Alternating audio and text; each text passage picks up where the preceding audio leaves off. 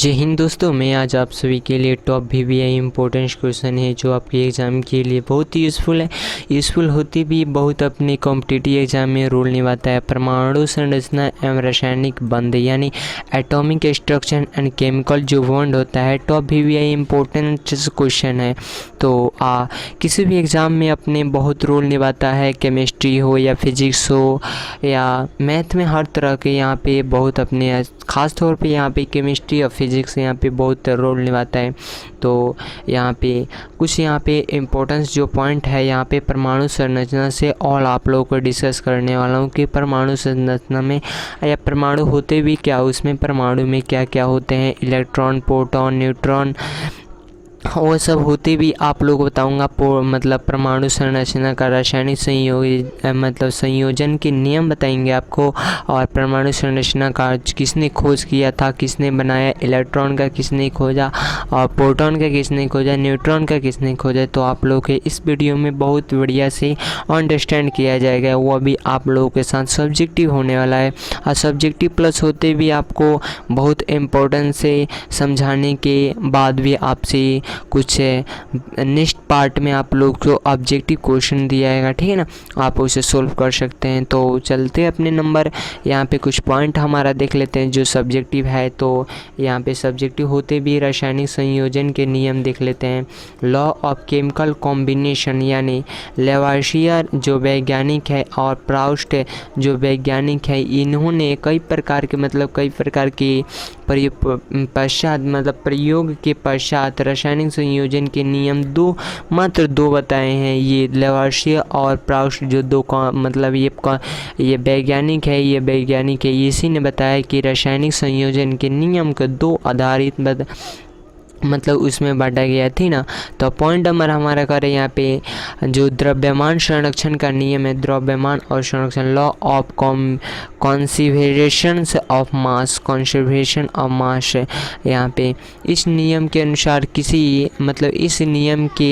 किसी रासायनिक अभिक्रिया में द्रव्यमान ना तो सृजन किया जा सकता है और ना ही उसका विनाश हो सकता है। यहाँ पे ये कह रहा है जो लॉ ऑफ पहला है हमारा प्रथम है, तो उसमें बताया गया है कि ना ही किसी द्रव्यमान का फिर से उस रिन्यूअल किया जा सकता है और उसे नॉन रिन्यूअल किया जा सकता है, क्योंकि इसको वैसे ही ना ही इसका विनाश होता है और ना ही इसका फिर से उत्तेजित होता है, ठीक है ना। अब यहाँ पे इसी बारे में बताया गया पहला नियम है। और सेकेंड नियम बताया गया ये कि स्थिर अनुपात का नियम बताया गया है कि स्थिर में स्थिति, ठीक है ना। यहाँ पे तो इस नियम के अनुसार जो किसी भी यौगिक में तत्व सदैव एक निश्चित अनुपात में, निश्चित द्रव्यमान के अनुपात में विद्यमान होते हैं। द्रव्यमान के क्या होते हैं, द्रव्यमानों के अनुपातों में क्या होते हैं, ये विद्यमान होते हैं हमारा सदैव एक ही निश्चित अनुपात में। इनका क्या है, स्थिर अनुपात आपको बताए हैं। तो इसी के मुताबिक ही ये मान जाओ कि तुम यहाँ पे स्थिर ही अनुपात में, सदैव एक ही अनुपात में वो विद्यमान होते हैं, ठीक है ना। ये दो नियम हमारा फर्स्ट ऑफ ऑल हमारा हो जाएगा। फर्स्ट ऑफ ऑल में ना किसी भी रासायनिक अभिक्रिया में वहाँ पे कर लेना है कि द्रव्यमान का ना ही उसका पुनः रिन्यूअल होता है, रिन्यूअल होता है। रिन्यूअल में उसका सृजन होता है और नॉन रिन्यूअल में उसका विनाश होता है, ठीक है ना।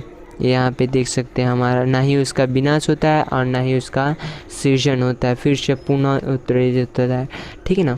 तो यहाँ पे आप फर्स्ट ऑफ ऑल में सेकंड में यहाँ पे देखना है कि वहाँ पे क्या होता है, सदैव क्या होता है, एक ही अनुपात में वो क्या होता है, द्रव्यमान विद्यमान होता है, ठीक है ना।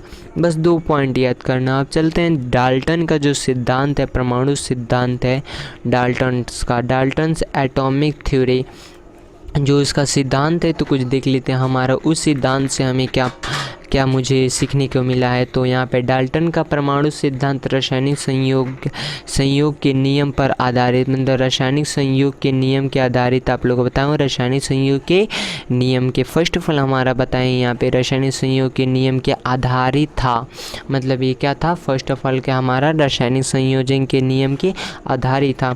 इस सिद्धांत के द्रव्यमान संरक्षण का नियम और अनुपात के नियम के व्यक्त संगत व्याख्या की है। मतलब यहाँ पे क्या की है, द्रव्यमान का संरक्षण का नियम और अनुपातों का नियम। आप लोगों को मैं बताया हूँ कि द्रव्यमान का संरक्षण क्या होता है, उसमें क्या होता है, हमारा द्रव्यमान ना ही सृजन होता है और ना ही उसका विनाश होता है।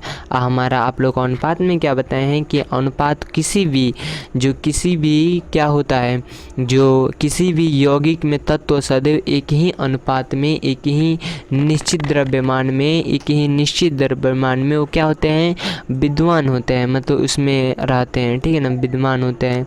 अब यहाँ पे आप लोगों को बताएं तो चलते हैं, 2 पॉइंट तो बताया था, एक क्या होता है कि द्रव्यमान के संरक्षण का नियम, आइए वो वहीं तो क्या बताया, अनुपात का नियम बताया। तो वही हमारा जो लेवार्शी, मतलब ये क्या है, लेवार्शिय और प्राउड्स जो हैं 2 नियम के अनुसार बताए हैं, यही के बारे में वही डाल्टन ने बताए हैं। तो डाल्टन का कहना ये है कि इस सिद्धांत के अनुसार इस सिद्धांत के अनुसार सभी द्रव्य सूक्ष्म मतलब कणों से क्या है, कणों से मिलकर बना होता है, इन्हें परमाणु कहते हैं। अब यहाँ पे डाल्टन सिद्धांत के विवेचना निम्न में से मतलब डाल्टन का कहना है कि यहाँ पे क्या होते हैं, डाल्टन के सूक्ष्म कणों से द्रव्यमान, जो सभी द्रव्यमान है वो सूक्ष्म कणों से मिलकर बना होता है। ये किसका कहना है, डाल्टन का। अब यहाँ पे कह रहा है कि उसका मतलब क्या होते हैं, कि उसका विवेचना के रूप में बताते हैं कि उसके मतलब उसकी खासियत क्या है, कि वह मतलब सभी सूक्ष्म कणों से मिलकर बना होता है। तो सभी द्रव्यमान परमाणुओं से निर्मित होता है, मतलब सभी परमाणुओं से निर्मित होता है। और पॉइंट नंबर 2 हमारा कह रहा है, परमाणु अविभाज्य मतलब अभाज्य सूक्ष्मतम कण से मिलकर बना होता है, मतलब ये विभाज्य नहीं है, ठीक है ना, विभाज्य या भाज्य नहीं, अविभाज्य है, अभिभाज्य है। अब यहाँ पे कहने का मतलब यह है कि मतलब सूक्ष्मतम जो कण है जो मिलकर बना है और जो रासायनिक अभिक्रिया में ना ही उसका सृजन होता है ना ही उसका विनाश होता है, ये किसका कहना है, पॉइंट नंबर 2 हमारा किसका कहना है, वो लेवार्शी और प्राउड्स को कहना है, ठीक है ना। ये 2 नियम के मुताबिक ये डाल्टन जी अभी चल रहे हैं। अब यहाँ पे डाल्टन जी का कहना है कि दिए गए तत्वों के सभी परमाणुओं के द्रव्यमानों एवं रासायनिक गुणधर्म समान होते हैं। यहाँ पे क्या कह रहा है, रासायनिक गुणधर्म सामान्य होते हैं, ठीक है ना। यहाँ पे अब यहाँ पे देख सकते हैं कि आप लोगों को खूब बताऊँगा यहाँ पे इस एपिसोड में आपको ये बताना है कि डाल्टन सच में वो अविभाज्य बताया है कि भाज्य बताया है। आपको कोई भी दिक्कत नहीं लेना है इस वीडियो में।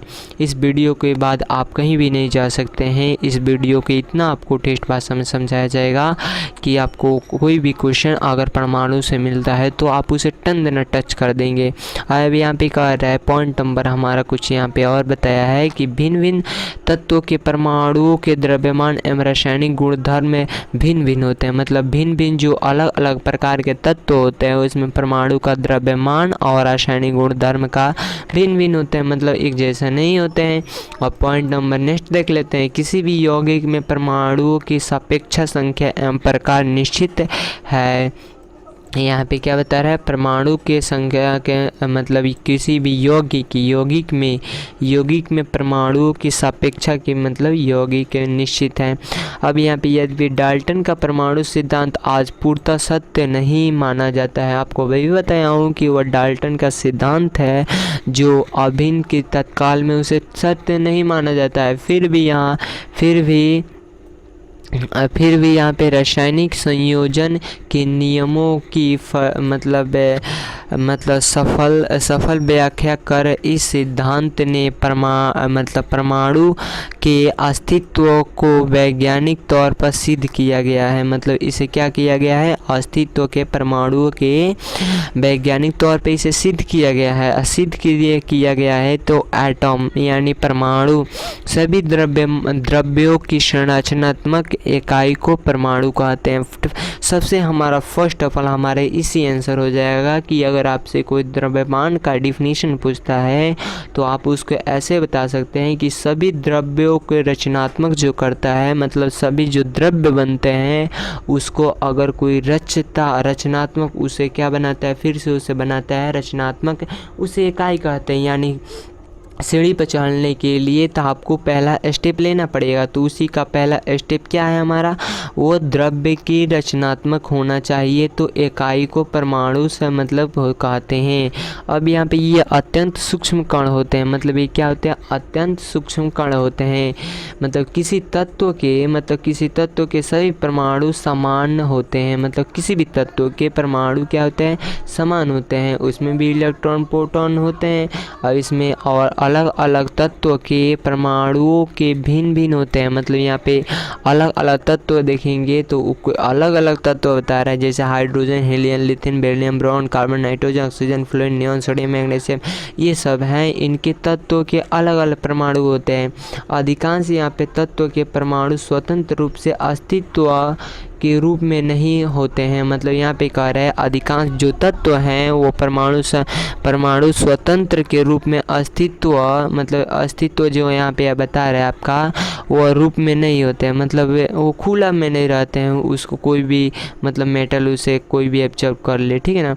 अब यहाँ पे देखना है परमाणु संरचना, यानी परमाणु संरचना देख लेते हैं। हमारा बहुत भी इम्पोर्टेंस क्वेश्चन है जो हर एग्जाम में पूछता ही है। तो यहाँ पे देख लेते हैं, ठीक है ना। अब यहाँ पे देख लेते हैं कि परमाणु संरचना जो है जॉन डाल्टन ने बताया है। जॉन डाल्टन जो आपको बताए हैं कि 1803 ईस्वी में परमाणु सिद्धांत का प्रतिपादन किया गया। मतलब कब किया गया इसका, 1803 ईस्वी में इसका प्रतिपादन किया गया। परमाणु सिद्धांत का प्रतिपादन किया, जिसके अनुसार पुनः ये बताया गया कि अभाज्य होते हैं। मतलब इसका भाज्य नहीं होते हैं। और लगभग पूरी 19वीं शताब्दी तक ये माना जाता रहा कि परमाणु अविभाज्य है। मतलब माना जाता है कि 19वीं शताब्दी तक, यहाँ पे आप समझ जाओ कि, परंतु यहाँ पे 19वीं शताब्दी के आखिरी दशक में वैज्ञानिकों ने प्रमाणित कर दिया कि यहाँ पे परमाणु विभाजन है तथा परमाणु की एक निश्चित आंतरिक संरचना होती है। मतलब जो परमाणु के होती है उसमें क्या होती है, आंतरिक, यानी अंदर उसका संरचना होती है। और संरचना होते भी उसका आधुनिक अनुसंधानों के ने प्रमाणित कर दिया कि परमाणु कई परमाणु यहाँ पे प्रकार के अति सूक्ष्म कणों से बनना होता है। मतलब यहाँ पे क्या बनते हैं, यहाँ पे सूक्ष्म कणों से बनकर बना होता है परमाणु, जिसमें क्या होते हैं इलेक्ट्रॉन होते हैं, प्रोटॉन होते हैं, न्यूट्रॉन होते हैं, मुख्य हैं। ये सब दो मतलब तीन जो है ये परमाणु में होता ही है। किसी भी तत्व का आप उठा कर देख लेते हैं तो उसमें तत्व में होते हैं। अब यहाँ पे कह रहे हैं सभी तत्व के परमाणुओं के निर्मित करने वाला इन कणों को मौलिक कण कहा जाता है। मतलब ये कह रहा है सभी तत्वों के परमाणुओं को जो निर्माण करने वाले इन कणों को क्या कहा जाता है, जो इन कणों को क्या, इलेक्ट्रॉन को, प्रोटॉन को, न्यूट्रॉन को, इन क्या कहा जाता है, तो इन्हें कहा जाता है मौलिक कण, यानी फंडामेंटल प्रैक्टिक्स, यानी मॉलिक्यूल कहा जाता है। ठीक है ना, आप हिंदी में कह सकते हैं मौलिक कण उसे कहता है मौलिक कण, ठीक है ना, फंडामेंटल कहते हैं। ठीक है ना, यह बहुत भी इम्पोर्टेंट क्वेश्चन है। अब यहाँ पे देख लेते हैं परमाणु और अणु, यानी एटम और मॉलिक्यूल यहाँ पे देख लेते हैं। ठीक है ना, यहाँ पे अब एटम वो कह रहा है यानी परमाणु, उसका भी तत्व आपको बताए हैं कि फर्स्ट ऑफ ऑल में हम आप लोगों को यहाँ पे भी बताए हैं कि जो परमाणु जो होते हैं यहाँ पे उसका भी डिफिनीसन यह भी दे सकते हैं कि सभी द्रव्यमानों को रचनात्मक इकाई को क्या कहते हैं, परमाणु कहते हैं। लेकिन यहाँ पे इसमें बताया गया है कि परमाणु किसी भी तत्व का वो छोटा से छोटा कण है जो किसी भी रासायनिक अभिक्रिया में क्या ले सकता है, भाग ले सकता है। यहाँ पे ये बता रहा है कि परमाणु किसी भी तत्व का, मतलब जैसे तुम हाइड्रोजन में ले लेते हो तो उसमें भी परमाणु है, उसमें परमाणु होते भी हाइड्रोजन जो होता है इसमें परमाणु एक है, और उसमें भी तत्व जो छोटे छोटे परमाणु किसी भी तत्व का वो छोटा से छोटा कण होता है। मतलब हाइड्रोजन में क्या होता है, उसमें भी छोटा छोटा कण होता है। ठीक है ना, उसमें भी क्या होता है, हाइड्रोजन में भी छोटा छोटा कण होता है जो किसी भी रासायनिक अभिक्रिया में भाग ले सकता है। कैसा है, जैसे हमारा H2O हो जाएगा, हाइड्रोजन हो जाएगा और ऑक्सीजन हो जाएगा, ठीक है ना, ये सब। परंतु स्वतंत्र अवस्था में ये नहीं रह सकते हैं, लेकिन ये नहीं रह सकते हैं, ठीक है ना, ये किसी से कंपाउंड्स होते हैं। अब अणु देख लेते हैं, मॉलिक्यूल यानी किसी तत्व या यौगिक का वह छोटा कण है जो स्वतंत्र अवस्था में रह सकता है, वो अणु कहलाता है। किसी भी तत्व का यौगिक यहाँ पे कह रहा है, यानी यौगिक यानी ऐसा मेटल जिसका कई प्रकार के तत्वों से मिलकर बना होता है यहाँ पे। अब यहाँ पे देख लेते हैं कि परमाणु के मौलिक कण है, उसमें क्या बताया गया है कि वो 3 बताए हैं, आप लोगों को 3 पॉइंट भी बताए हैं कि उसमें क्या होता है, 3 होते हैं। फर्स्ट ऑफ ऑल हमारा इलेक्ट्रॉन हो जाएगा, प्रोटॉन हो जाएगा, न्यूट्रॉन हो जाएगा। फर्स्ट ऑफ ऑल हमारा कह रहा है इलेक्ट्रॉन में जो बताया जा रहा है कि इलेक्ट्रॉन का खोज किसने किया था। फर्स्ट ऑफ ऑल हमारा देखेंगे इलेक्ट्रॉन तो है ही क्या, और इलेक्ट्रॉन का खोज किसने किया, परमाणु का खोज किसने किया, और खोज करते भी यहाँ पे न्यूट्रॉन का खोज किसने किया। यहाँ पे बहुत भी इम्पोर्टेंस क्वेश्चन है जो किसी भी एग्ज़ाम में बहुत अपना रोल निभाते हैं। तो यहाँ पे इलेक्ट्रॉन का खोज श्री जे थॉम्सन ने किया था कि इलेक्ट्रॉन एक ऐसा तत्व ऐसा कण है जिसमें द्रव्यमान का लगभग 0 होता है। क्या होता है उसमें द्रव्यमान का 0 होता है, जिसका इकाई क्या होता है, ऋण आवेश होता है, यानी ऋण आवेश होता है, यानी माइनस होता है, ठीक है ना।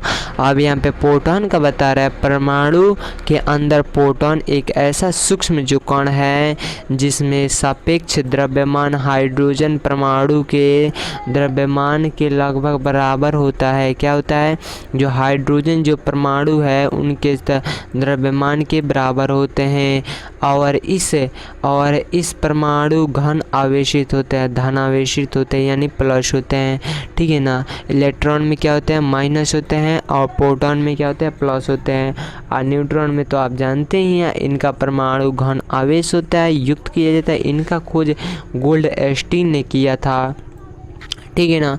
अब यहाँ पे न्यूट्रॉन जो बताया गया, न्यूट्रॉन को परमाणु के अंदर न्यूट्रॉन परमाणु के अंदर न्यूट्रॉन एक ऐसा सूक्ष्म कण है जो जिसमें बताता है कि जिसमें द्रव्यमान प्रोटॉन के द्रव्यमान के लगभग बराबर होता है। इसमें बता रहा है जिसमें द्रव्यमान का लगभग प्रोटॉन के द्रव्यमान के लगभग बराबर होता है, लेकिन इस पर कोई आवेश नहीं होते। इस पर क्या होते हैं, कोई आवेश नहीं होते हैं। इसी के न्यूटन के उदासीन न्यूट्रॉन एक उदासीन कण है। किसे कहते हैं, इसे भी आप परीक्षा में पूछ सकते हैं कि यह उदासीन कण है कि नहीं है। तो इनका खोज अगर हम देखेंगे तो चैडविक ने किया था, जो 1932 ईस्वी में खोज किया था न्यूट्रॉन का। और धातु इसका अल्फा कणों से आघात इसे इंडिकेट करते हैं, ठीक है ना। ये से हमें अल्फा कण से हमारा इसे इंडिकेट करते हैं। अब देख लेते कुछ पॉइंट हमारा यहाँ पे कह रहा है, परमाणु के अंदर भाग अधिकांश खाली होता है। यहाँ पे कह रहा है जो परमाणु सपोर्टेड है, तो मान लो परमाणु के अंदर क्या होता है हमारा, ये बहुत खाली होता है, ठीक है ना। जो इसमें जो होते हैं यही सब होते हैं, ठीक है ना, ये बहुत खाली होते हैं, ठीक है ना। हाँ, यहाँ पे परमाणु गोलीय होता है। क्या होता है, परमाणु क्या होता है, गोल होता है, ठीक है ना। यहाँ पे बहुत भी इम्पोर्टेंस क्वेश्चन है ये। क्या होता है, परमाणु क्या होते हैं, गोल होते हैं। अब यहाँ पे कह रहा है परमाणु के नाभिक का आकार परमाणु के आकार के तुलना में अत्यंत छोटा होता है। यानी कह रहा है परमाणु के नाभिक हो रहा है, परमाणु के अंदर जो रहने वाले हैं आकार, उसका आकार कह रहा है परमाणु के आकार के तुलना से इसके तुलना के आकार के अत्यंत इससे भी छोटा होते हैं, समझ जाओ। अब यहाँ पे कह रहे हैं, यहाँ पे अब देख लेते हैं हमारा, ठीक है ना। तो हमारा अत्यंत छोटा होता है। परमाणु के नाभिक के आकार के क्या होता है, परमाणु के आकार की तुलना के अत्यंत छोटा होता है। तो दोस्तों मैं आप लोग को इस वीडियो में बताया हुआ हूँ कि जो वीडियो में आपको जिस टॉपिक पे आपको दिक्कत हो प्रॉब्लम हो मतलब सस्पिशन हो तो आप कमेंट करके जस्ट बता दे तो आप इस वीडियो के मुताबिक नेक्स्ट वीडियो में देख ले सकते हैं। तो वीडियो आपको बहुत अच्छा समझ में आई होगी। तो आई होगी, थैंक्स फॉर वाचिंग वीडियो।